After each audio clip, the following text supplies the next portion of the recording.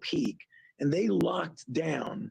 They locked down to the tune of about 90 to 95% of the country truly locked down. So they went up and then they came down to baseline. And when I say baseline, I mean literally handfuls of new cases, 10s, 20s, 30s, not hundreds and thousands.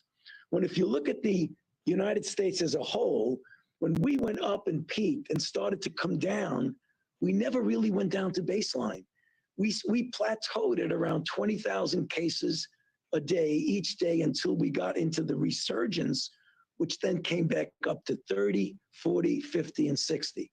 So because of that, what I think we need to do, and my colleagues agree, is that we really got to almost regroup, call a timeout, not necessarily lock down again, but say, we've got to do this in a more measured way. We've got to get our arms around this, and we've got to get this controlled. If we don't do that, Mark, we're going to wind up getting a situation where in other states, we may be seeing the same thing. So it's a mixed bag in this country. Some areas doing well, but some really we've got to really pay attention to and do something about it.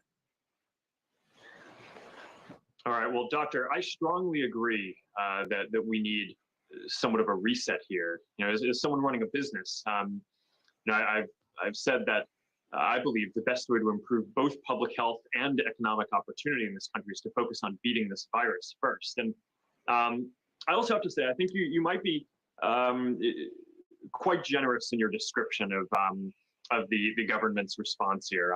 You know, I was certainly sympathetic early on when it was clear that there would be some outbreaks, no matter how well we handled this. But you know, now that we're here in July, I just think that it was avoidable, and it's really disappointing that you know we still don't have adequate testing, that the credibility of our top scientists like yourself and the CDC are being undermined, and until recently, that parts of the administration were calling into question whether people should even follow basic best practices like wearing masks. But look, the U.S. is a resilient country with a lot of ingenuity, as you say, and you know, we can't forget that the U.S. is helping to lead the way on vaccine research, which I want to make sure we get to in a bit.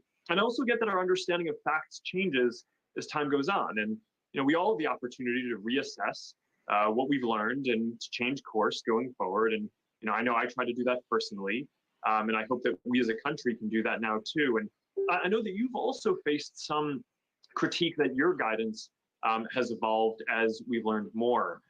So I'm hoping that you can tell us a bit more about how your understanding of what we should do has evolved, and maybe some of the areas where your guidance for people around the country has changed. Yeah, I mean, obviously, when you're dealing with something that's changing in real time, Mark, that's really the nature of science. You look at the data and the information you have at any given time, and you make a decision with regard to policy based on that information. As the information changes, then you have to be flexible enough and humble enough to be able to change how you think about things. And I think, you know, one of the important things that we're emphasizing right now that really evolved from a situation that did change is our insistence now on wearing masks. I mean, masks are very important. They protect you from giving infection to someone else if you happen to be inadvertently infected, and I'll get back to that in a moment, because there's such a significant percentage of the cases that are actually without symptoms. So anyone at any given time could be infected, don't even know it, and feel perfectly well. So you have a responsibility. You can get protected. Now, early on, when we were in a situation in which there was a real concern about the lack of personal protective equipment on the part of the health providers who needed it, who put themselves in harm's way every day to take care of people who are ill with this virus, that we were thinking we would run out of masks and other things for them. So the recommendation was not to wear a mask because of the shortage of it. Two things happened. One, it became clear that we had enough of equipment, so there was no shortage. It became clear that cloth coverings that you didn't have to buy in a store, that you could make yourself, were adequate. And thirdly, and probably the most compelling thing, is when it became very clear that anywhere from 20 to 45% of people who were infected didn't have any symptoms. So the risk of your being in contact with someone who said, well, you look good, I look good, we're not infected, was not the case, that you could be spreading it asymptomatically. You put all of those things together, which had us evolve from saying maybe we should hold off on masks because we needed them for the healthcare workers to saying now everybody should be wearing a mask when they're outside and should be trying to distance. That's one example of evolving as you get more data and you get more information. That makes sense. I'd like to dig a bit deeper into this idea of what doing a reset now would entail. And to be clear, you're not suggesting that we do another lockdown. So what steps do you think we need to take to get this under control now? Okay, so if you looked at had things been done perfectly, it should have been that wherever you were, a state or a city, in a particular dynamics of infection of where you are, you could judge where you should be. Should you be at the gateway waiting for 14 days going down? If so, could you go to phase 1? Could you go then to phase 2 and then to phase 3? When I say a reset button, I say, okay, time out. Let's everybody regroup, because if you were in a situation where you should not have jumped over one of the checkpoints, you got to think about pulling back, starting all over again, and doing the gradual entry into, quote, normality in a way that's in accordance with the guidelines. Number 2, if in fact you are in that, you've got to be really very careful that your citizenry understands the importance of abiding by these guidelines. You have to wear a mask, whether that mask is mandated, whether it can be feasibly, locally mandated. I would recommend as strong as you possibly can to get people to wear masks, to avoid crowds, to keep distances. Outdoors, always better than indoors. So when you're talking about the kinds of recommendations, that's what you've got to do. And quite frankly, Mark, if you look at it, that hasn't been done in every single instant. So we've got to go back and relook at what we're doing and re-enter. The most important thing is that there has been this unusual and unfortunate mindset of there's public health measures and there's getting the economy back. And these are two opposing forces. As I've said so often, and I want to repeat it with you here, Mark, is that we should be looking at public health measures as a vehicle or a gateway to opening the country again, to getting the economy back, not as the obstacle in the way, but as a gateway. And if we do it in a measured way, I strongly believe we can turn this around in the southern states that are getting hit right now, and we can prevent it from happening in states that are still at that point of trying to open up. You've got to do it correctly. You can't jump over steps, which is very perilous when you think about rebound. And the proof of the pudding is look what's happened. There really is no reason why we're having 40, 50, 60,000 other than the fact that we're not doing something correctly. Yeah, that makes a lot of sense. So I want to make sure that I want to get to your guidance for young people specifically, who are a very important part of how we slow the spread of this. And I know a lot of younger people are watching this right now, and I know this because the last time we did a live video, I think all the streams were viewed, I think more than 50 million times, including by a lot of young people. And young people are going to be really critical to getting this right, because right now a lot of the new cases are younger folks. So what should young people be doing to stay healthy and to make sure that they can keep the people around them healthy? Mark, thank you very much for asking that question, because I think it's critical to everything that's going on right now in the country.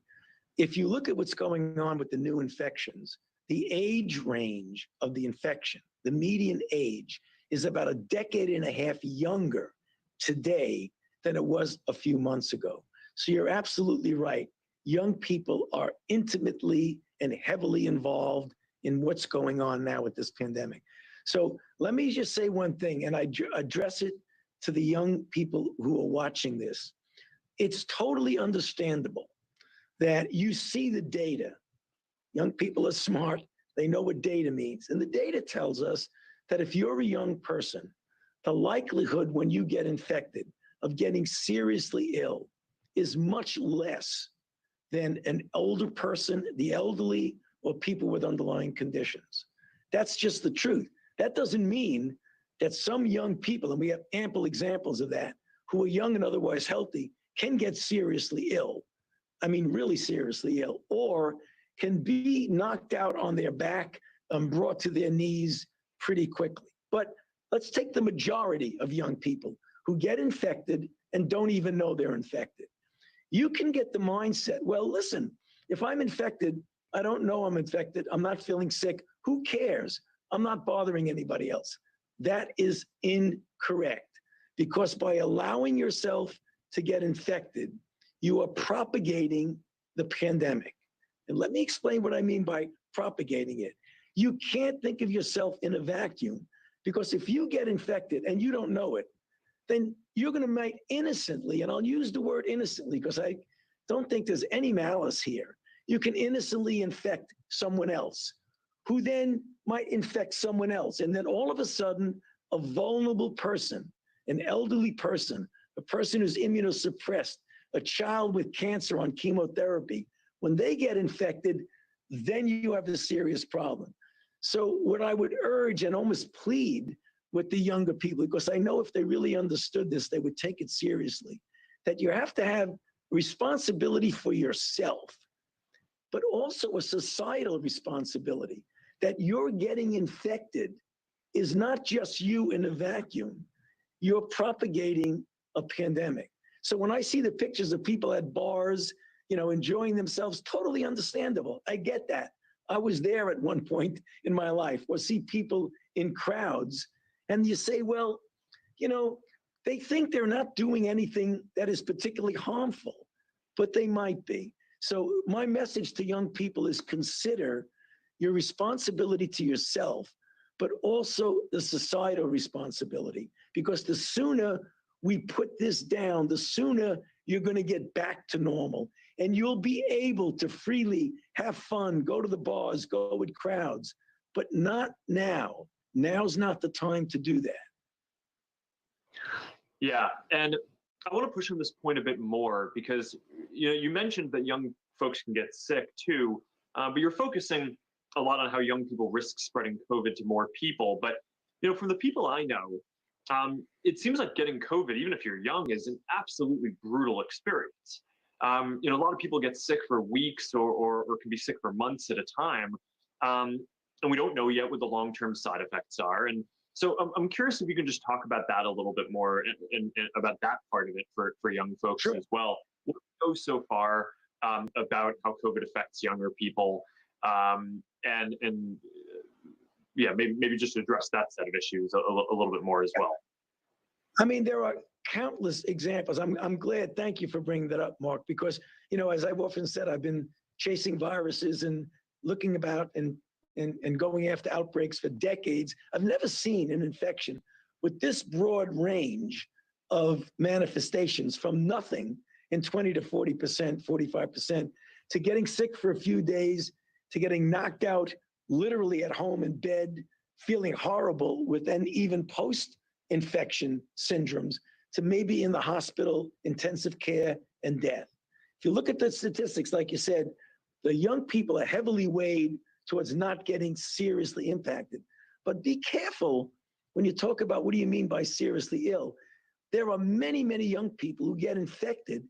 They get sick. They feel horrible for weeks and weeks. And then one thing they notice, and we're getting a lot more information on this, that even when they clear the virus and they test negative and they don't have any virus, they can feel out of sorts for weeks and weeks, almost similar to a myalgic encephalitis chronic fatigue syndrome thing, where they just don't feel right for weeks and weeks and weeks. So this is not an infection to take lightly, even with young people, even with young people. And what do we know so far about long-term side effects? Do we know anything about this yet, or do we just simply need to watch how this plays out for longer before we're gonna know if there's significant damage to organs or anything else that we need to worry about? Yeah, I think you hit the nail on the head. It's going to be time. We've got to wait and see in the long range. Now, if you look at likelihood and initial experience for people who get sick and maybe are out for a few days, they get a sniffle, a little sore throat, the virus tends to stay in the upper airway, maybe a little short of breath, and then they're good. They get better and they're fine. It is very unlikely, Mark, that those individuals are going to have any chronic long-term issue. It's the people who really get knocked out badly, particularly those who might require hospitalization, that it's going to probably take months to a year or more to determine if there are any long-lasting deleterious consequences of the infection. We just don't know that now. We haven't had enough time. Okay. You made a comment recently comparing the severity of COVID to the 1918 pandemic. Can you say more about that? Yeah, I'm glad you brought that up because I want to clarify that. I had used the word comparable, and I think that may have been taken out of context because people would have thought, my goodness, we're having this now. Is it going to be the 50 to 100 million people in 1918 that died? No. They're not comparable in that way at all in severity.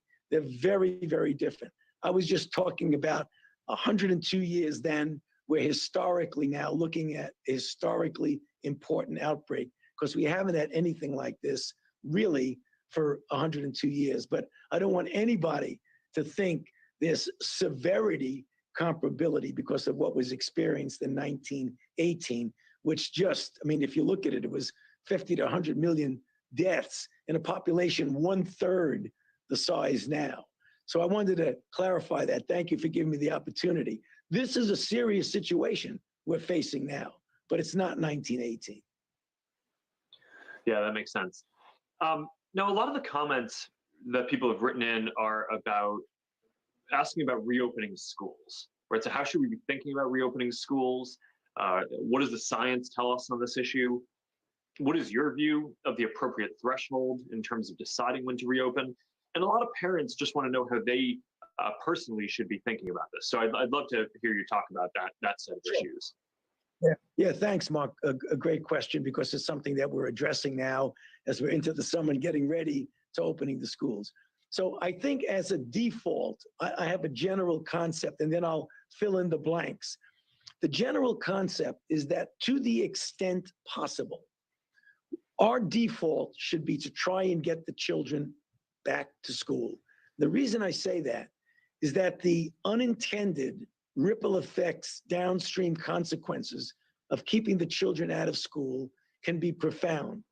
The American Academy of Pediatrics has spoken about that, the deleterious effects on children, the impact on parents who have to modify their work schedule if their children stay home.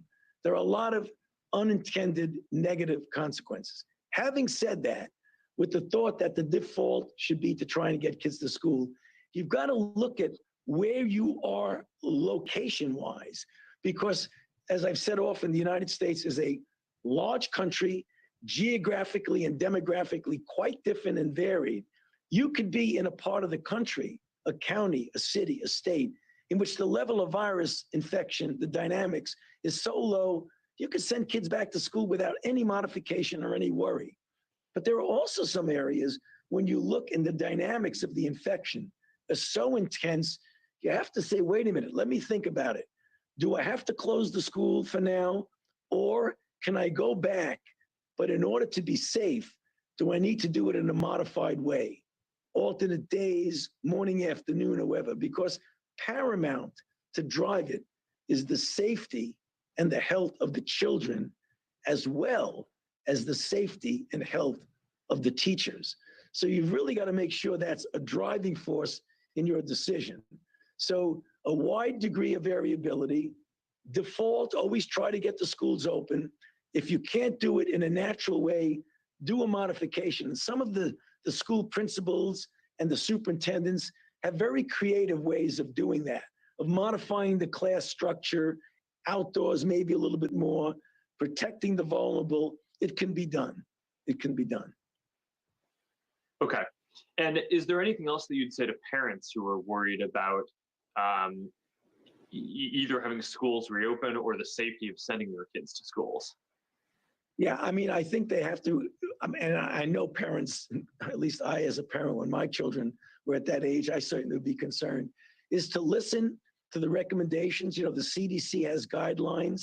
The health officials locally will make a decision, hopefully, and I cannot imagine they won't, based on a concern for the safety at the same time as the need to get the children back to school.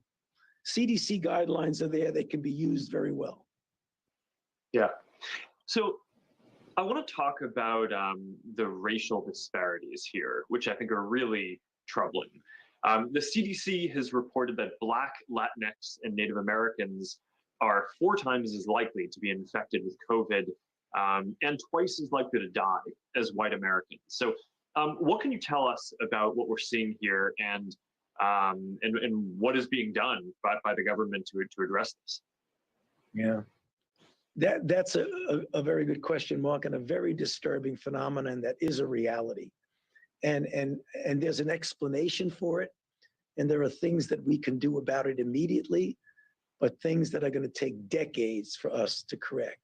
So if you look at the fact that if you look at minorities, as you mentioned, African Americans, Latinx, Native Americans, and Alaskan Americans, if you look at that group, although you don't like to generalize, but it is a fact that as a demographic group, the kinds of jobs that they generally have do not allow them as much to do the kind of telecommunication that we're doing right now, that put them in so-called essential jobs where they're outside in a situation exposed enough to have a greater incidence of infection than someone who could call a timeout and do work from the quiet and solitude of their own home. So they have a greater chance of getting infected. Once they do get infected, as a group, if you look at the underlying conditions that lead to a higher likelihood of a bad outcome, those demographic minority groups have a much higher incidence of that. And I'm talking about hypertension, obesity, cardiovascular disease, other types of chronic lung disease, diabetes. Those are the things that put you at a higher risk. So the immediate things that we can do now is that, how do you address that? What you do is you put resources where you have a demographic concentration of individuals so they can get tested easily, contact traced easily, have access to care, get under the care of a healthcare provider quickly to try and mitigate the advancement of disease. You can do that right away. We can concentrate resources in those places, making sure they get things that they need right away.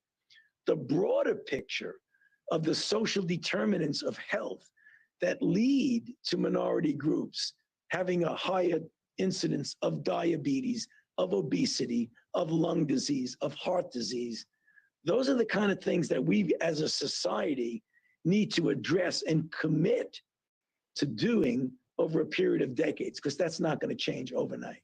But let's at least do the things that we can fix now. And we could fix access to care. We could fix ease of testing. We could do that now. Yeah. Okay. That's important, and I think it makes sense. I want to make sure we have time to discuss some of the science and potential treatments.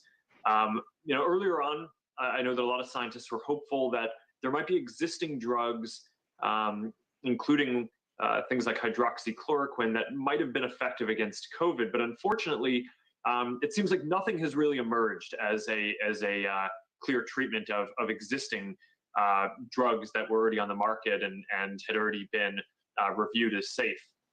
And even drugs like remdesivir, which is probably one of the more effective newer medications, doesn't seem to have as huge of a positive impact as we might have hoped. So what's your take on the drugs that we've found so far, that we've tested? And are there any treatments that you're optimistic about over the coming months? Good. Okay, great question. Thanks, Mark. So if you look at advanced disease and early disease, we have had two advances, and this was in a randomized placebo-controlled trial, not those other types of anecdotal things which give you information that generally confuses people. If you look at remdesivir in individuals who are hospitalized with lung involvement, and you look at the impact of remdesivir, there was a highly significant but modest effect in diminishing the time to recovery. So that's one well-proven good drug. Dexamethasone, which is a glucocorticoid, an anti-inflammatory steroid, clearly showed in hospitalized patients on ventilators or requiring oxygen, but not people with early disease, that if you gave it 6 milligrams a day for up to 10 days, you significantly diminished the death rate in ventilated patients, in patients requiring oxygen, but not in early patients, which is interesting because it goes along with what we know of the pathogenesis of the disease, that when you have early disease, you want to block the virus and keep the immune system revved up and working. When you have late disease, it's less the virus doing damage than the aberrant inflammatory response, which is the reason why dexamethasone works. So we have two good things going. What we really need is your question about what do we have in the mix right now? What we really need are drugs that, when given early, can prevent a symptomatic person from requiring hospitalization or very dramatically diminish the time that they're symptomatic. And some of the promising ones are other direct antiviral drugs, which we're screening and targeting. Also, convalescent plasma, which we're doing a trial to see if it works, hyperimmune globulin, and importantly, monoclonal antibodies. Monoclonal antibodies are very precise bullets that you have by developing from a person who's been infected or vaccinated, making antibodies, clone their B cells, and give it to people early on. You can do it as an outpatient, you can do it as an inpatient. All of those things are being geared up now and are either in clinical trial or will soon be going into clinical trial. So when you talk about things like monoclonal antibodies, how would that be administered, and who could get that? Who is the audience that might be helpful for? Yeah, well, first of all, it can be administered intravenously. Once you get the right titration, you can do that subcutaneously or intramuscularly. You can do it for two things, Mark. Excuse me? Through a shot. Yeah, through a shot. Yeah, either right through the vein or just like you get a gamma globulin shot. You could do it that way. Now, that can be done either for prophylaxis or for treatment. So, for example, if you're in a situation where you have a nursing home situation where there's an outbreak and you want to prevent people from getting ill, you can just do it that way. Or after a person is infected, you can give it to them as a treatment. This was very successfully done in a randomized placebo-controlled trial. It wasn't a placebo, it was a drug that was serving as the control. You might remember, Mark, of Ebola in West Africa, where we showed that two types of different monoclonal antibodies were very effective in Ebola. And we hope we're going to see the same thing now with COVID. And what do you think the time frame for something like that might be? Well, the trials have already started, Mark. I would hope that as we get to the late summer and early fall, we'd be able to have enough efficacy data. Because remember, whenever you do this, they may look promising in an animal model. You always can be concerned about safety, and you got to be concerned about, are you really giving someone something that works? So the clinical trials are underway for some and will soon start in another. I hope by the end of the summer, we'll have enough information as we get into the fall that we might be able to utilize these. It'll be really good if we have bookends, drugs for advanced disease and drugs for early disease to prevent advanced disease. Yeah, got it. That makes sense. And if that's coming over the next few months, I mean, that's a good cause for some optimism. Yeah, yeah. Longer term, of course, developing a vaccine is going to be critical. So I'm hoping that you can talk a bit through where we are in that process at this point, and what the process from getting from where we are now is to having a vaccine that could be given to people broadly, and when the soonest would be that that kind of a vaccine might be available. Yeah, yeah. I'm actually cautiously optimistic about this, Mark, because of what we've seen. As you probably know, given the technologies we have and the different platforms, we moved from literally the day that sequence was put on a public database to getting that sequence, pulling the gene and sticking it into a platform to make a vaccine was measured in days. And then 62 days later, we were in a phase 1 trial. So where are we right now? There are multiple candidates, not only one. So I might talk as the prototype of one, but there are more than one that will be going into advanced trials sort of in tandem sequentially. One right now that 2 days ago, it was published in the New England Journal of Medicine, the phase 1 data, which we did some time ago, for safety and to see what kind of response it was induced. The thing that makes me optimistic about this whole enterprise is that this vaccine, which was an mRNA vaccine from Moderna that was developed here at the NIH, but as I mentioned, it's not the only one, that induced in the people who were in the phase 1 trial levels of neutralizing antibodies, which are the antibodies that are the real bullets to stop the virus.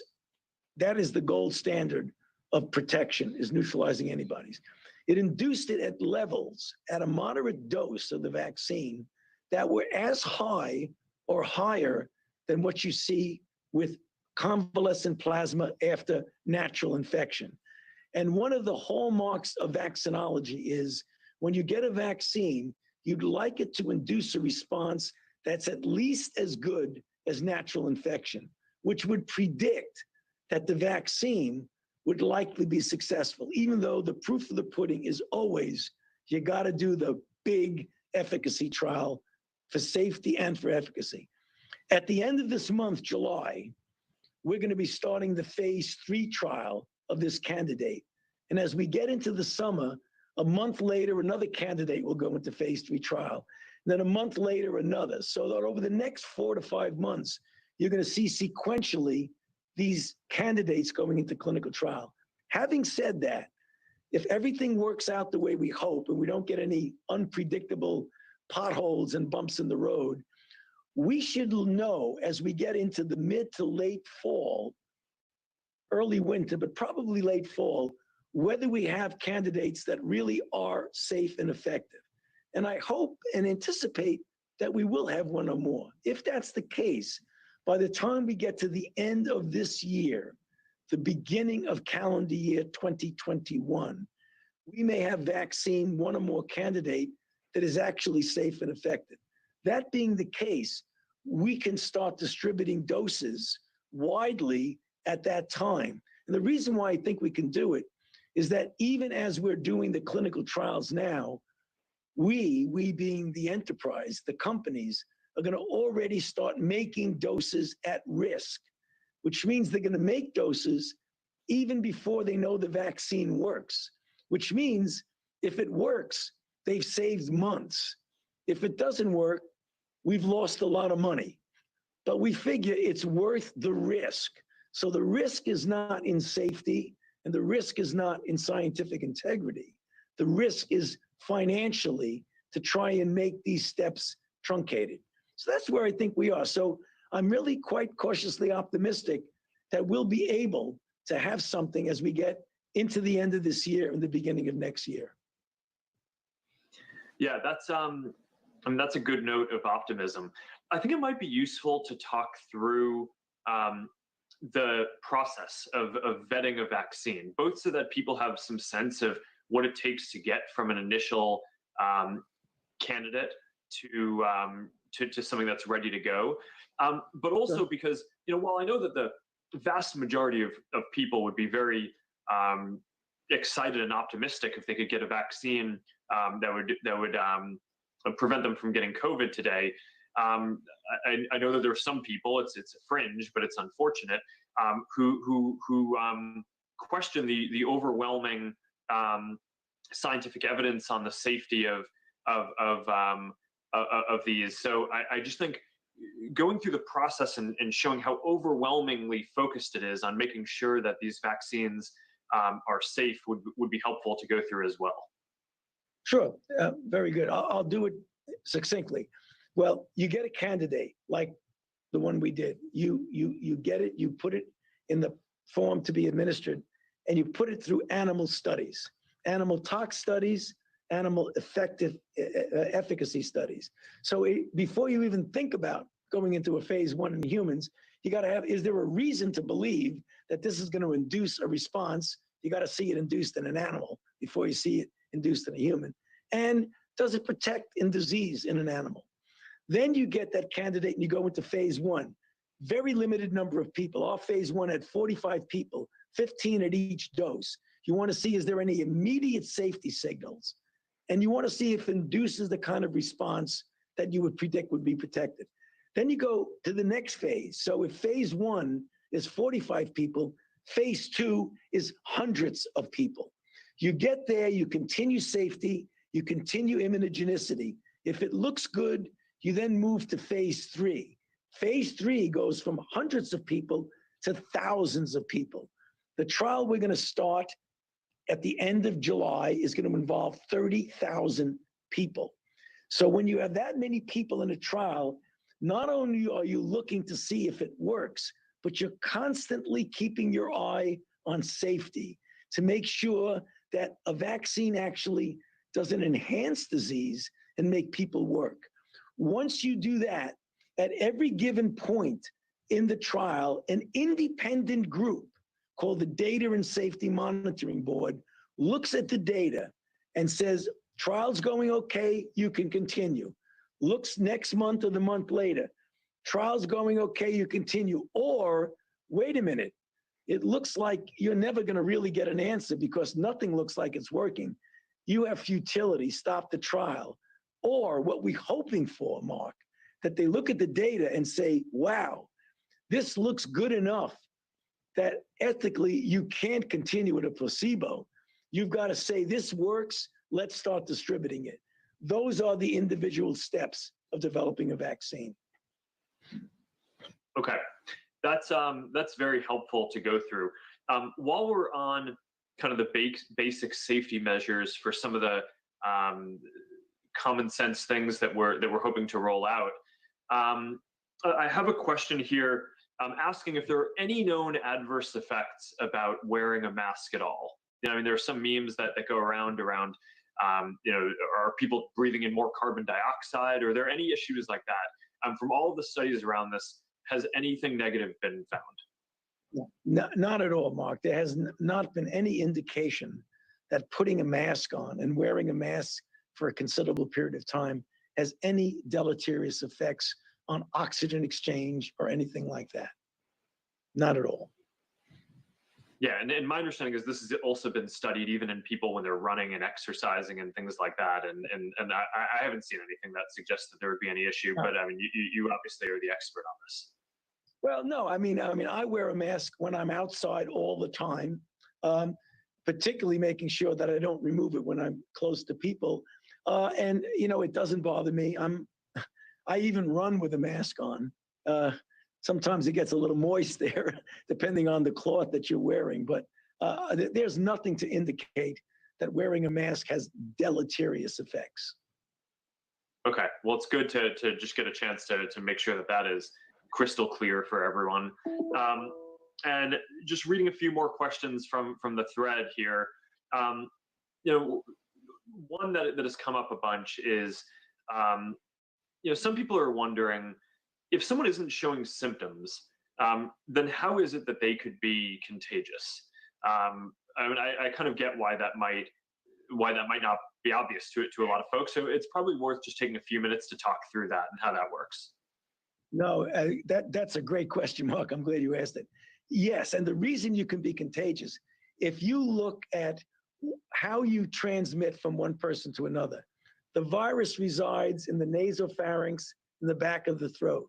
So that's the reason why when you say when you speak or cough or sing, the virus in droplets comes out. You may not see it, but when you do certain lightings and lasers, you can see it.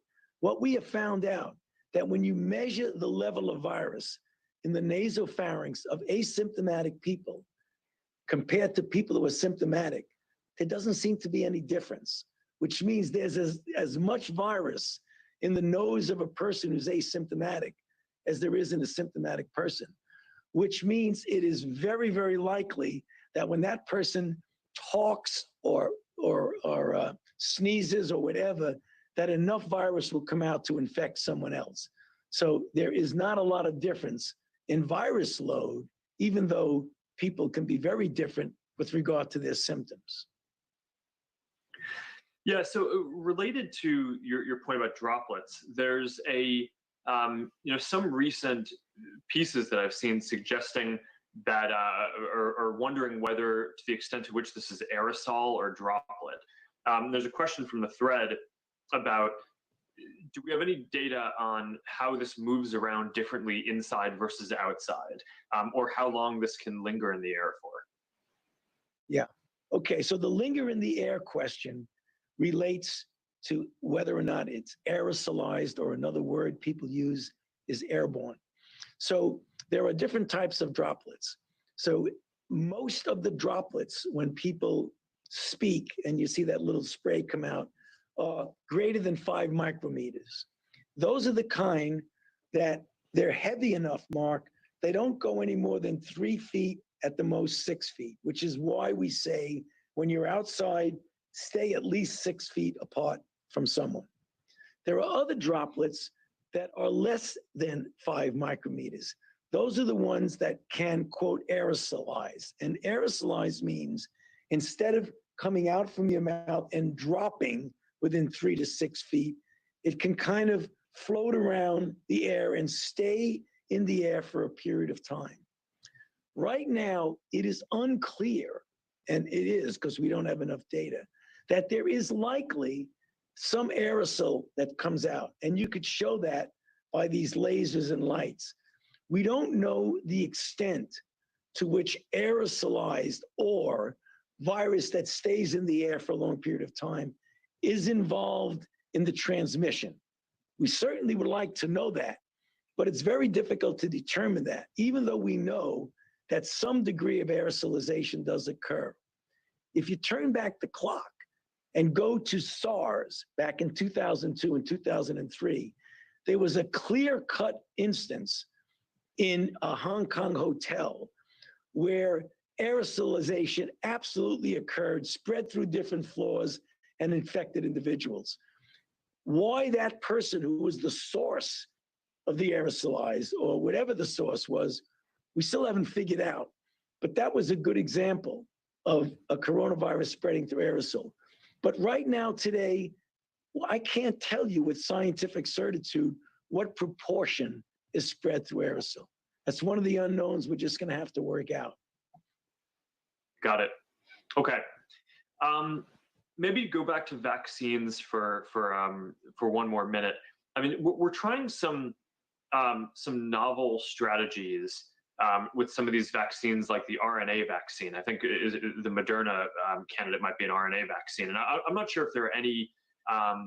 This might be the first kind of major RNA vaccine. So I'm curious to just hear you talk about the advantages and disadvantages of the different strategies for types of vaccines that can get developed, and maybe even beyond COVID, if an RNA vaccine ends up being possible and working, what are some of the advantages for treating future outbreaks and things like that in the future? Yeah, good question. So there are multiple, we refer to them for your listeners and viewers as platforms. So mRNA is a platform. Viral vectors are a different platform. Soluble proteins, recombinant proteins. Killed inactivated is another platform. So we had multiple platforms. There are 3 that are being actively done. One is the mRNA. The other is viral vectors, where you take a virus, stick the gene of the spike protein so that it expresses itself, and then you get an immune response when you inject that. The other is just taking a protein and inject it with an adjuvant. The reason that the novel technologies we used that were very easy to just get out of the blocks and go with it, test, assess, what I explained to you, the timetable, we went from a couple of days, bingo, into a vaccine done. So if it works, which we believe it will be a major advance of ease, of facility, of scale up, and ultimately of cost. We'll do it. It hasn't been proven the way some of the others have been by years and years of experience. So that's one of the things. If it works, which I hope it will, I think it will, people will be saying, wow, we have a red hot platform here. We're going to start using that for a lot of other vaccines. The other ones that we have are the viral vector ones, the ones I described, be an adenovector, a vesicular stomatitis vector. That's another one that we've had some experience with, particularly with Ebola, in which it worked very well. And then there's the ones that have been used more commonly, which is the soluble proteins that you can make with recombinant DNA technology. So there's multiple platforms. We're hoping, and I believe we'll be successful, I hope we are, that more than one of them will prove to be safe and effective. It'll be good for the effort, and it'll be good for the field of vaccinology, because it's really unprecedented that we have so many different platforms going on at the same time to determine safety and efficacy. Yeah. All right. So I think we're almost out of time. So I wanted to check in and see if there's anything else that you wanted to cover, or are there any other thoughts that you'd like to leave this community with? Yeah, I just want to reiterate what I said before, Mark, and thank you for giving me the opportunity to say it, that we are all in this together. We are going to get through it. We will get through this difficult situation. At best, it's difficult. I mean, it's a very significant issue that we're dealing with right now, but we've all got to do it together. We're in it together. And since I know we're looking disproportionately to a lot of young people that are watching this, please assume the societal responsibility of being part of the solution and not part of the problem. Because we're going to get through it. We're going to get this under control in the southern states. And hopefully we're not going to see these kind of surges, so that we do get down to the baseline that we hope we would. Because once we're down to that baseline, Mark, it's going to be so much more easy when you open up the country, as it were, to put your clamps on when you get individual infections. They don't soar off the ceiling. They stay clamped down. That's the message I want to get one last time. Great. Well, thank you, Dr. Fauci. I think I say this on behalf of millions of Americans who will watch this. We appreciate your leadership and your dedication to helping us navigate this. You have a lot of people's confidence, and a lot of people out there continue to have faith in science and want to make sure that this is led, that our response is led by science. So thank you for everything that you are doing in what are some trying circumstances, and please stay healthy and good. And thank you to everyone out there for tuning in today. I hope you all stay good as well, and I'm looking forward to seeing you all soon. Thank you, Mark. Thank you for giving me the opportunity to be with you. I really appreciate it. Thanks.